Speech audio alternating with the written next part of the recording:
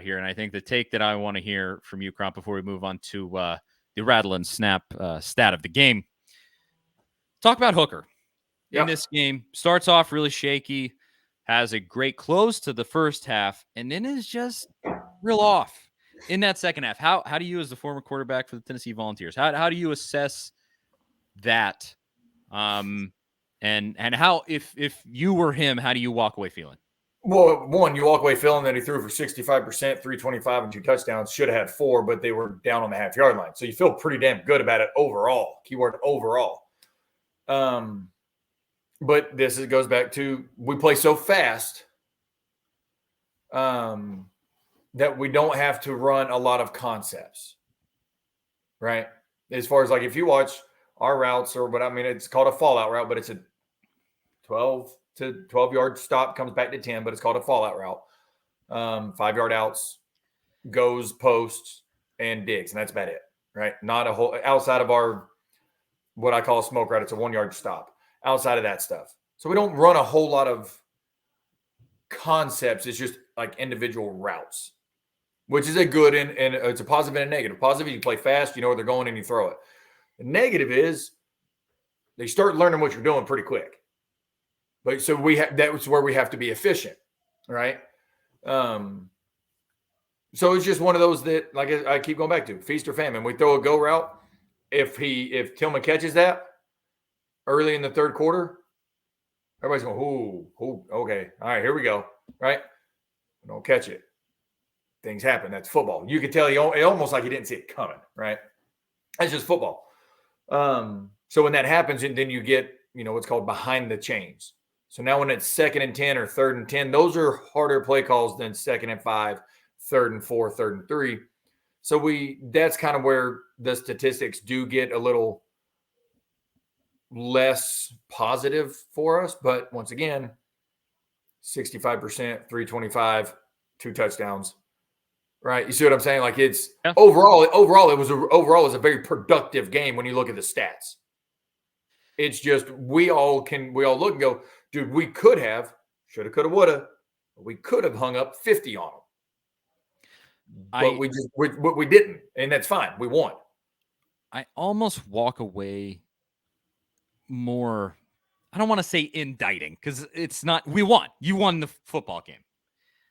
But Josh Heupel's offensive style, this was the perfect, we've been touching on it. This is the perfect example of the feast or famine, like you've been saying. Yeah. This is it laid out right in front of you perfectly. Now, in this game, you win. You walk away a victor because their quarterback gets hurt, because you play good defense in that second half. Play good defense at the end of the first half also, when that quarterback was still in the game. And, that's it. It really is just right there for you, where when this thing is buzzing, you're putting up 50 points in a game, and when it's not, you're scoring 3 points in the second half. It's scary. It's a scary prospect with SEC play on the horizon, but you gotta just hope that go back to the stats of the day and look around the country and look around just the SEC. By the way, it was earlier. Western Carolina University was hanging in there, or I guess it might still be hanging in there with Georgia Tech. Okay, so that's what I'm getting at. Like, man, doesn't matter where you are, what you're ranked, you still got to play the freaking game, right? Look at App State, what was 07 against Michigan, right? You still got to play the game. So that's kind of what I'm getting at, is like, I'm trying to add this stuff up while we're doing this. What did we score last week? We went 59, 59, right? Was our finals? I think so, if I'm thinking correctly. We're still averaging 47 points a game. Because you take it by the average at the end of the year. You only go by the 2 games we played. So that's what I'm getting at, is like, we talked about it in our group text. And I was like, man, this offense over the whole year, wins, losses, everything, by the end of the year, we have a legit chance to average 40 to 45 points a game. You average 45 points a game, you're winning a lot of ball games. Like, you're winning a lot of ball games. Yeah. And used to, this is no lie. When I was in college and I was in high school and college, like right in the early 2000s, mid 2000s, teams strive to average 28 points a game. Okay, would strive because it's different now, right? Dude, we're averaging mid 40s a game now. That's almost double what teams used to average back then. We're playing pretty well, right? A win's a win, and it was against a top 20 team. And that team, they're going to win some ball games. Like they're going to win some ball games. I don't know if to win the ACC, but Pitt's going to win some games this year.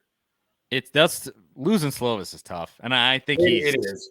I think that's going to be a probably broken collarbone, something decently serious. It's going to take a few weeks to get back from. But yeah, I completely agree. You just beat a good team. You beat a team that in the preseason is ranked number 17. Take that with a grain of salt, but I think you still consider them a top 25 team that you went on the road into a hostile environment. Tennessee fans certainly showed up, but it was still, you could hear it on the telecast. There were more Pitt fans there than there were Tennessee fans.